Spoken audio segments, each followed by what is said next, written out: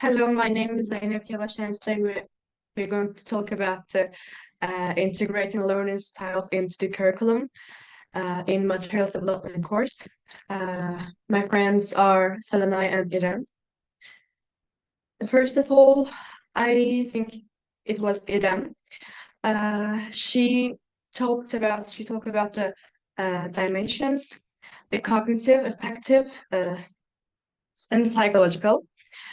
Cognitive dimensions are designed to provide a lightweight approach to analyze the quality of a design rather than an in-depth detailed description.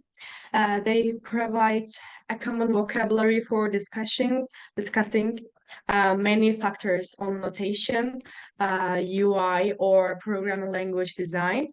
Also, cognitive dimensions help in exploring the space of possible designs through designs maneuvers. I don't know, it's spelling. Changes intended to improve the design along one dimension. The affective one is also called the ethical dimension, which refers to a positive disposition towards cultural differences and the frame of global values to engage differences. And the psychological dimension has been conceptualized as the interaction between the development of students' thinking skills and learning at school, and must addresses how students learn in reading, mathematics, and science. And there is a saying from Miriam's presentation, and in it, every child has a different learning style and pace. Each child is unique and not only capable of learning, but also capable of succeeding. Uh, Actually, I'm agree with the saying because as a teacher, we have to be aware of the students' different learning styles, learning capacities, proficiencies, and their levels. We have to notice and we have to be aware of it. So it's so important for us as a teachers. Okay. And there's an evaluating a pupil's learning style. She mentions some terms: learning speed, organizational techniques, need for reinforcement and structure, intermodal transfer, input and output channels. There's a table about the multimodal technology enhances services quality significantly. So from user, um, there are voice, gesture, touch, and tools and sensors. And towards the system, there are spoken text, gender, age, multilingualism, emotions, non-haptic control, general control, and meta information. And this circle is a system reaction based on rich information. And the relationship of culture to learning style, she talked about this subject, and there are some modality types. First of all is the auditory modality. It is the ability to hear, the auditory faculty. And the second one is the visual modality. It is the ability to see, the visual faculty. And the last one is the tactile modality. It is. Okay, I'm going to explain it. While the visual impression of a material includes the surface colors, glossiness, and the pattern, and the tactile impression includes an object's weight, its coldness, warmth, and the surface's hardness, softness, and elasticity. So it's like the mix of the auditory and visual and sensor touching. Okay.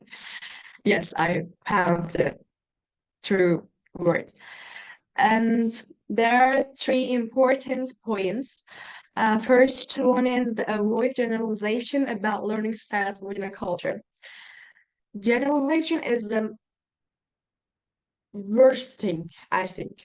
Worst thing, I think, in the classes because every person, every student, every creature different from each other. So it's so important points. It's really the first important points for me. And second one is the minorities, disparities. And third one is the recognize the controversy. And when we come to Serenai's presentation, she asked a question.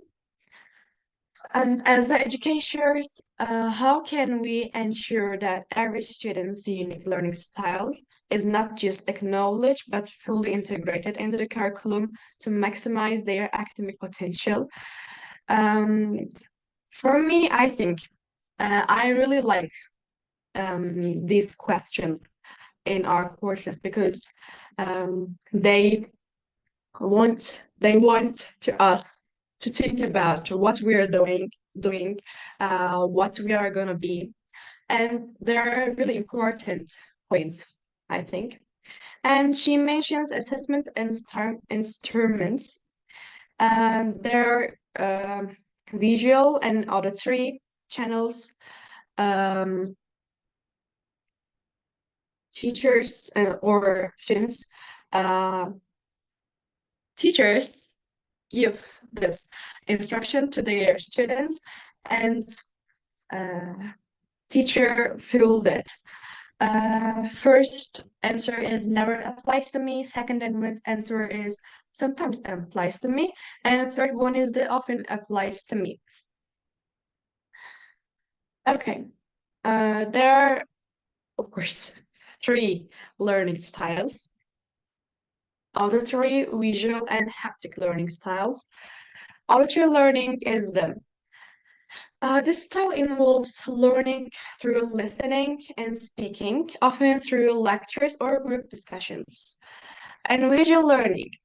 Visual learners engage with information through card scrapes, images, and videos. And haptic learning. Haptic learners prefer hands-on activities and learn best by touching and doing.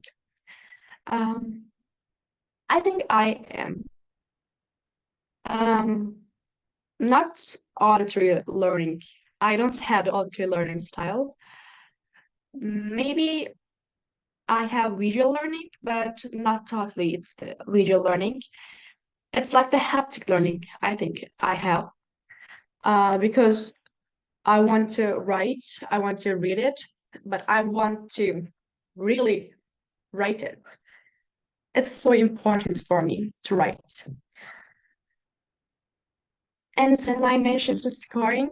Grading system is from 10 to 30, and scoring plus 20s, scoring below 20s. And again, another question of Serenay. It is the how do different learning styles impact students' engagement and comprehension within the classroom setting? And then there is a relationship between learning and instructional style. So first of all, understanding learner needs.